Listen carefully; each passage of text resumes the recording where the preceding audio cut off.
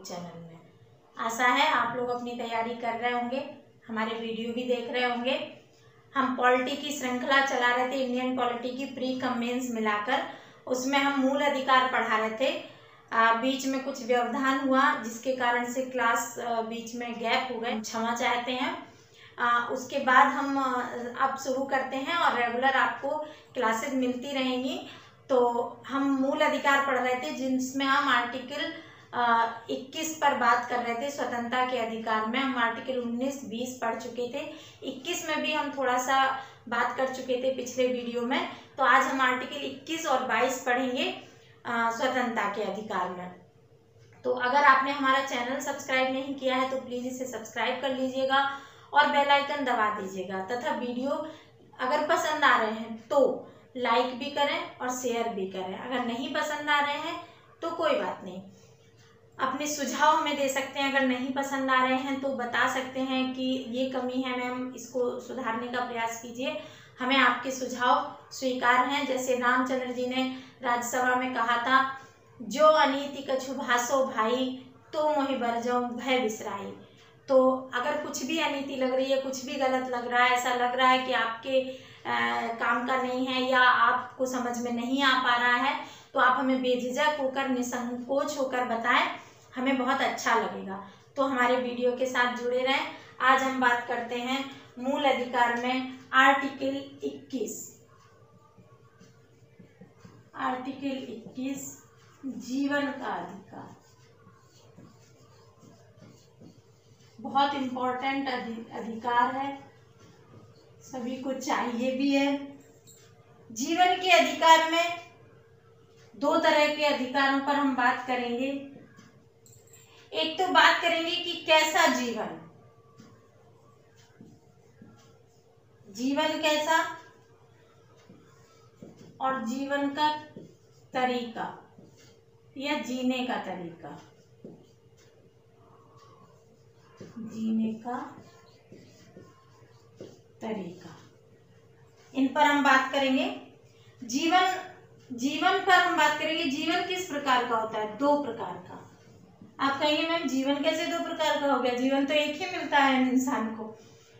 तो कभी कभी जीवन दो तरह से भी जीते हैं ना हमें। एक हम पर्सनली जीवन जीते हैं जो सिर्फ हम होते हैं, एक हम सार्वजनिक जीवन जीते हैं। जैसे आपके लिए हमारा जीवन, आपके लिए हम एक टीचर हैं, आप हमें मैम बुलाते हैं, तो एक जीवन हमारा मैम के रूप में। लेकिन एक मेरा जीवन पर्सनल है आरती द्विवेदी के रूप में, जिसमें मेरा जीवन है जो मैं किसी के साथ शेयर नहीं कर सकती। अगर मेरा मन है तो करूंगी, नहीं मन है तो नहीं करूंगी। पर सार्वजनिक जीवन, जैसे मैं यहाँ पे पढ़ा रही हूँ, तो ये जो क्लास का जीवन है इसके लिए मैं उत्तरदायी हूँ, इसको मुझे सार्वजनिक करना होगा। लेकिन मैं पर्सनल जीवन को सार्वजनिक नहीं कर सकती। सार्वजनिक की बात आई तो एक बात कह दूं कि कई स्टूडेंट ऐसे हैं, मैंने अपना व्हाट्सएप नंबर उपलब्ध करा रखा है आप सबको। कभी किसी को कोई समस्या होती है तो कुछ भी डिस्कस करने के लिए, चाहे तो ऑप्शनल हिंदी साहित्य में या जीएस में, या कोई भी इस तरह की समस्या होती है पढ़ाई से रिलेटेड, तो ये मेरा व्हाट्सएप नंबर है 7277771065।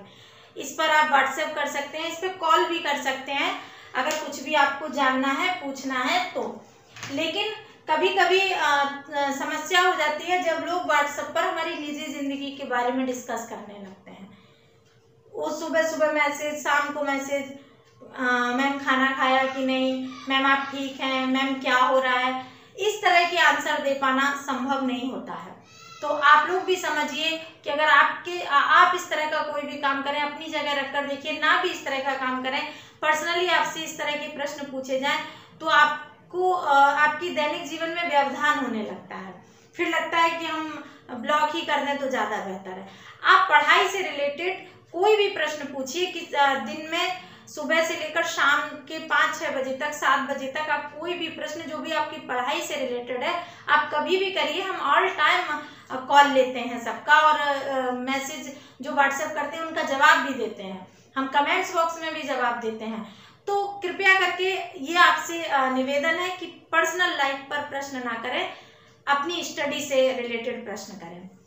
ठीक है, आशा है आप इस बात को समझेंगे।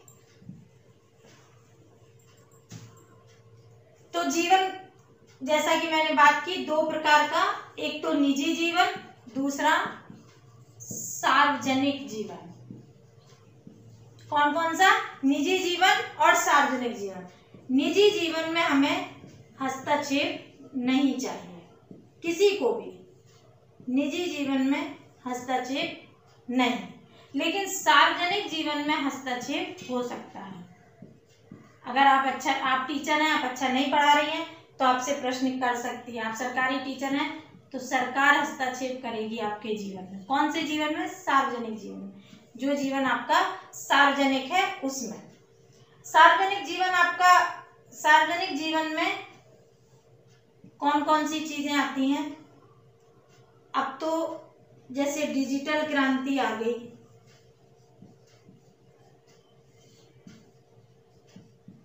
डिजिटल क्रांति यानी कि व्यक्तियों की सूचना आदान प्रदान होती है, तो सरकार को ये भी चाहिए कि इसका दुरुपयोग ना हो। इसके लिए सरकार इसमें हस्तक्षेप कर सकती है कि आप किसी की और की सूचना हैक करके प्रयोग ना करें, किसी की सूचना सार्वजनिक ना कर दें। अगर आप कोई जैसे मैं ही हूँ, मैं व्हाट्सएप ग्रुप बनाई हूँ, मैं स्टूडेंट से अगर उनकी पर्सनल डिटेल मांग ली कि आप मुझे अपना नाम, नंबर और एड्रेस दे दें या फिर रोल नंबर दे दें, और तो ये मेरी जिम्मेदारी है कि मैं आपका रोल नंबर या आपका नाम, एड्रेस जो भी है वो सार्वजनिक ना करें। ऐसा नहीं कि आपने अपनी फोटो मुझे दी या मुझे अपना बायोडाटा या कुछ भी भेज दिया कि मैम के भरोसे पर और मैं उसे सार्वजनिक कर दूं। तो इस दुरुपयोग को रोकने के लिए सरकार इसमें हस्तक्षेप भी कर सकती है। दूसरा, नई नई संस्थाएं बन गई हैं, जैसे फेसबुक है, ट्विटर है, और भी हैं, अमेजॉन है। ये सब जितनी भी संस्थाएं जो बनी हैं, इन सब में दुरुपयोग होने की संभावना के चलते सरकार क्या करती है? हस्तक्षेप करती है। निजी जीवन में कोई हस्तक्षेप नहीं, सार्वजनिक जीवन में जैसे डिजिटल क्रांति के कारण सूचनाओं का दुरुपयोग होने की संभावना है, नई नई संस्थाएं, फेसबुक है, व्हाट्सएप पे अभी बहुत विवाद हुआ था, इस तरह के दुरुपयोग को रोकने का सरकार प्रयोग करती है। लेकिन आधार कार्ड पर भी विवाद हुआ था कि इस पर भी निजता का अधिकार का हनन हो रहा है, तो इसमें भी सरकार से कहा गया कि हमारी इसमें सुरक्षा की जाए। जीने के तरीका में तो कुछ ही चीजें हैं, जैसे आपका खान पान, इसे आप निर्धारित करते हैं आप क्या खाएंगे। वेशभूषा, आप क्या पहनेंगे। साहित्य, आप क्या पढ़ना चाहते हैं, और कहीं भी आवागमन। ये जीने का तरीका है और इसकी भी आपको स्वतंत्रता मिली है। जीवन की स्वतंत्रता है, जीने का तरीका की भी स्वतंत्रता है, लेकिन जीवन की स्वतंत्रता में निजी जीवन में कोई हस्तक्षेप नहीं है, पर सार्वजनिक जीवन में हस्तक्षेप होगा। यहाँ भी आपके जीने के जो तरीके हैं, इसमें भी वही दो बातें आएंगी, निजी और सार्वजनिक। निजी में कोई हस्तक्षेप नहीं, सार्वजनिक जीवन में हस्तक्षेप हो सकता है। कैसे?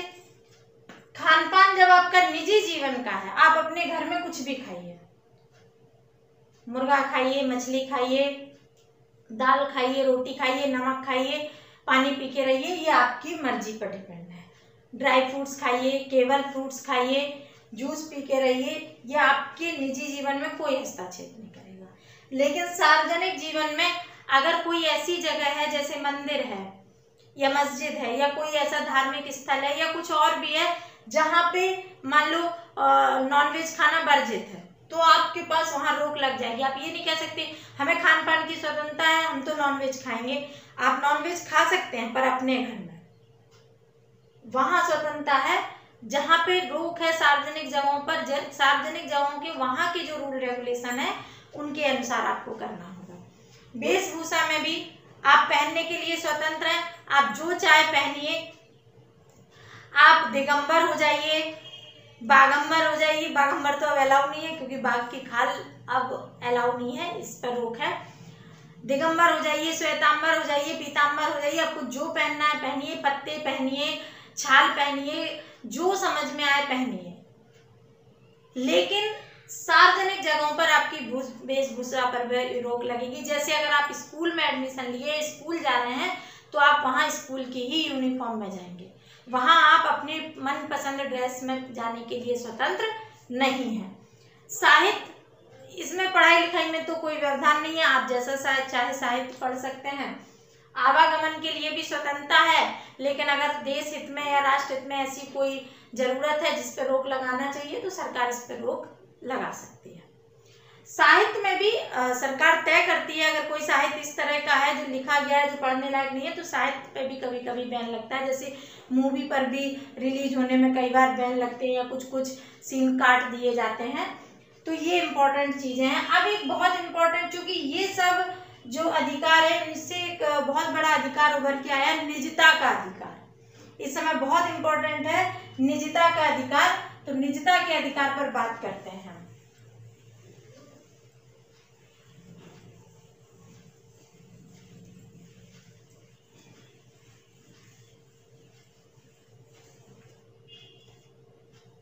किस पे बात करते हैं? निजता के अधिकार।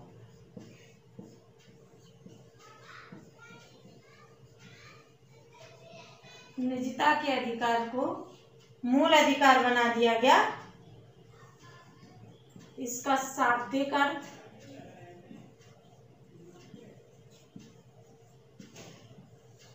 व्यापक अर्थ।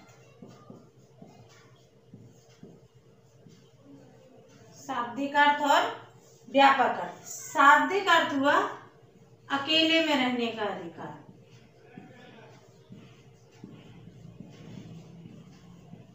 अकेले में रहने का अधिकार। निजता के अधिकार का शाब्दिक अर्थ क्या है? अकेले रहने का अधिकार, यानी कि निजी जीवन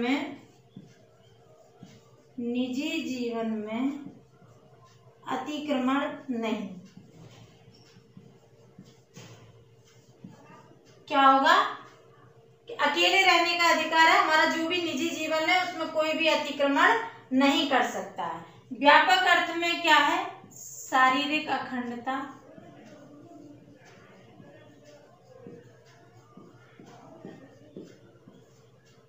निजता के अधिकार में शारीरिक अखंडता, व्यक्तिगत स्वायत्तता, ऐसा नहीं कि हम अकेले रह रहे हैं तभी हम स्वायत्त हैं, हम समाज में भी हमारे निजी जीवन है, वहां भी हम स्वायत्त हैं। अगर हम किसी से बात नहीं करना चाहते तो कोई हमसे जबरदस्ती बात नहीं करवा सकता। लेकिन कब? जब आप हैं निजी जीवन में तभी। अगर आप ऑफिस में बैठे हैं या आप पूछताछ विभाग रेलवे में हैं तो आपको बताना पड़ेगा इंक्वायरी पे रेलवे के बारे में जो भी पूछता है कोई तो, लेकिन आपके निजी जीवन के बारे में नहीं पूछ सकता। वहां भी रेलवे इंक्वायरी है, रेलवे के बारे में पूछेगा, ट्रेन के आवागमन की जानकारी पूछेगा। सूचनात्मक स्वनिर्धारण,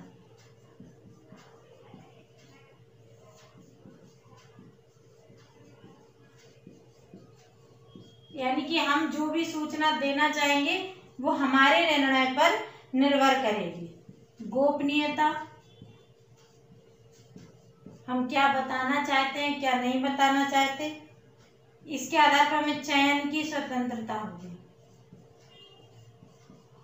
कि हमारा जो मन करेगा उसे हम सार्वजनिक करेंगे, जो मन करेगा वो सार्वजनिक नहीं करेंगे। ये किस आधार पर निर्णय लिया गया? ये कौन सा केस था निजता के अधिकार का? इस पे निर्णय आया था KS उद्दुस्वामी। के.एस. पुद्दुस्वामी केस था। इसके आधार पर आर्टिकल 21 में क्या निर्णय लिया गया? निजता के अधिकार का। सुप्रीम कोर्ट ने निजता के अधिकार को मूल अधिकार का अभिन्न हिस्सा माना।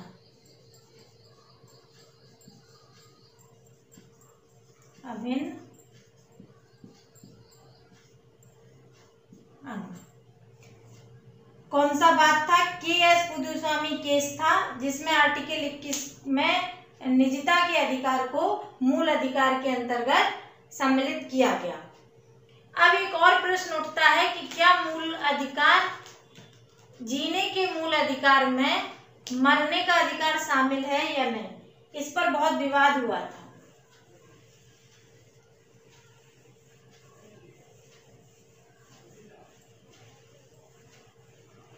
बहुत सारे अधिकारों पर तो हमने बात की जीने के अधिकार में, जैसे स्वच्छ पर्यावरण का अधिकार है, सड़कों का अधिकार है, स्वच्छ पानी का अधिकार है, कहीं भी आने जाने का अधिकार है, विदेश जाने का अधिकार है। ये सभी अधिकार, निजता का अधिकार, ये सभी अधिकार किसमें है? आर्टिकल 21 के अंतर्गत है। लेकिन क्या आर्टिकल 21 के अंतर्गत गर्मा में जीने के अधिकार के साथ साथ मरने का अधिकार भी शामिल है?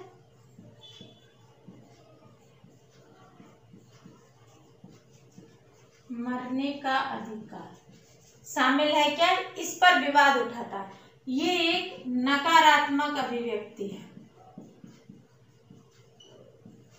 नकारात्मक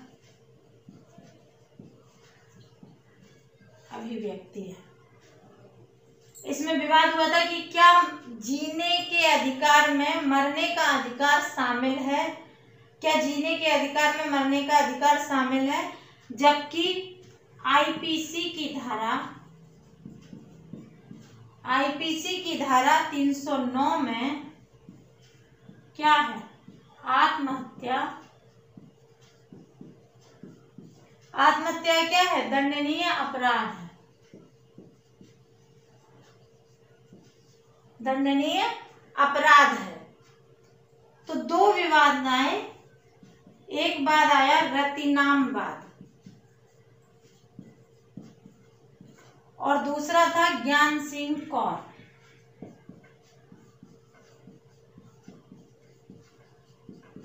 ज्ञान सिंह कौर। इसमें कहा गया कि मरने का अधिकार जीवन के अधिकार में शामिल है। मरने का अधिकार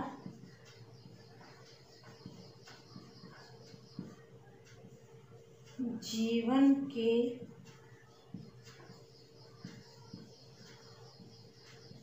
अधिकार में शामिल है।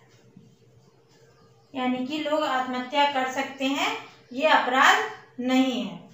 और इस केस में कहा गया कि मरने का अधिकार शामिल नहीं है। जीवन के अधिकार में मरने का अधिकार शामिल नहीं है। इस पर क्या हुआ? विवाद हुआ। इसको लेकर विवाद हुआ। ऊपर बताते हैं क्या विवाद हुआ। एक विवाद आया रतिनाम विवाद, जिसमें मरने का अधिकार जीवन के अधिकार में शामिल है, ऐसा कोर्ट ने कहा। लेकिन एक और केस आया ज्ञान सिंह कौर, जिसमें कहा गया कि मरने का अधिकार जीवन के अधिकार में शामिल नहीं है। तो इस पे जो विवाद हुआ उस पर बात करते हैं।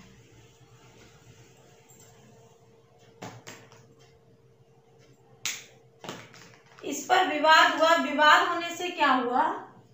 दो बातें निकलकर सामने आई। एक तो आत्महत्या, दूसरा इच्छा मृत्यु। हालांकि दोनों की बातें सेम ही है। अगर ऐसे अर्थ देखा जाए तो आत्महत्या और इच्छा मृत्यु एक ही बात है। आत्महत्या भी अपनी इच्छा से मरना हो गया और इच्छा मृत्यु भी वही हो गया। लेकिन आत्महत्या अपराध है, इसकी काउंसलिंग होगी, काउंसलिंग होगी कि दबाव में तो नहीं की, क्योंकि आत्महत्या कई बार ऐसा होता है कि मानसिक दबाव में लोग आत्महत्या कर लेते हैं, मानसिक दबाव में आत्महत्या का निर्णय ले लेते हैं। तो किसने उकसाया, कैसे हुई आत्महत्या, इसकी काउंसलिंग होती है। इच्छा मृत्यु क्या है? इच्छा मृत्यु में दो चीजें हैं, एक तो चिकित्सा, दूसरा धर्म। धर्म में आपने देखा होगा जैसे सती प्रथा, जिस पर अब रोक है, दूसरा संथारा या संलेखना होती थी जैन धर्म में, होती है संथारा जैन धर्म में, वो भी एक इच्छा मृत्यु है, खाना पीना छोड़ देना, सब चीज छोड़ देना मृत्यु तक। तो ये संथारा, ये धर्म के हिसाब से इच्छा मृत्यु है। और चिकित्सीय इच्छा मृत्यु में दो बातें आई सामने, एक तो है सक्रिय और दूसरी है निष्क्रिय।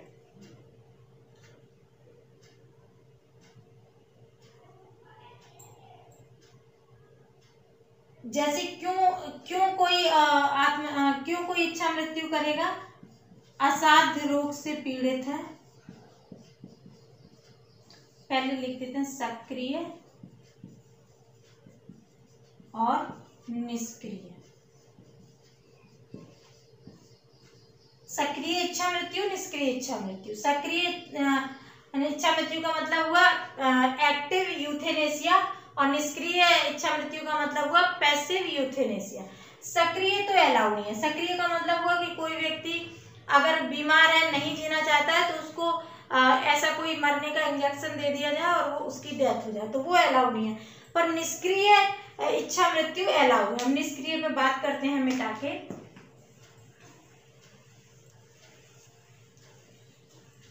निष्क्रिय कैसे अलाउ है?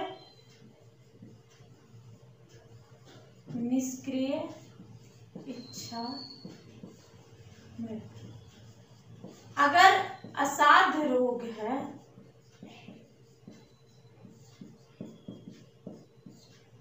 चिकित्सक सलाह देता है,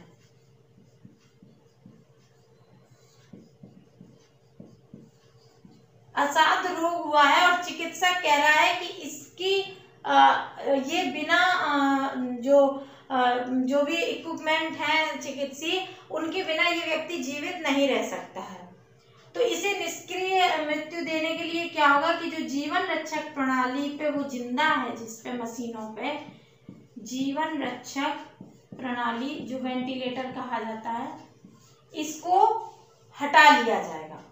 इसको हटा लेंगे और ये क्या हो जाएगी, इससे इसकी निष्क्रिय, जब ये मशीनों के बिना जिंदा नहीं रह सकता तो ऐसे इसकी मृत्यु हो जाएगी। इसमें इसके परिवार का, और अगर वो व्यक्ति स्वयं इशारा कर सकता है, कुछ कर सकता है, तो उसकी अनुमति लेना अनिवार्य होती है। आर्टिकल 21 के अंतर्गत एक और आर्टिकल आता है 86वां संविधान संशोधन द्वारा,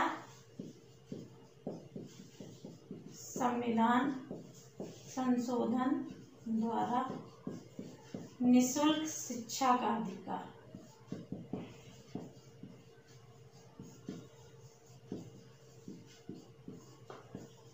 ये मूल अधिकार भी है, मूल कर्तव्य भी है, और डीपीएसपी में भी इसे जोड़ा गया। इसमें 6 से 14 वर्ष के बच्चों के लिए निःशुल्क शिक्षा, 6 से 14 वर्ष के बच्चों के लिए क्या है, निःशुल्क शिक्षा।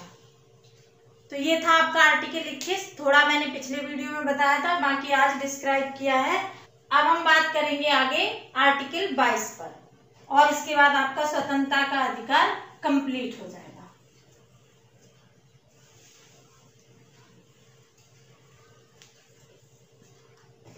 आर्टिकल 22 क्या कहता है?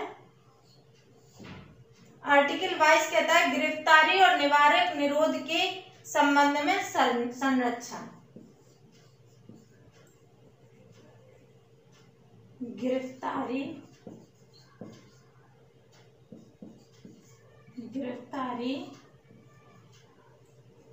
और निवारक निरोध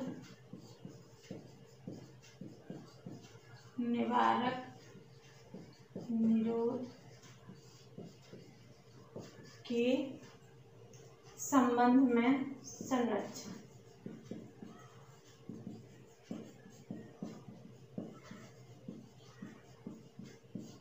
इसमें बहुत अधिक बातें याद नहीं रखनी है। इसमें मेन बातें हैं कि गिरफ्तार किए गए व्यक्ति को उसका गिरफ्तारी का कारण बताना,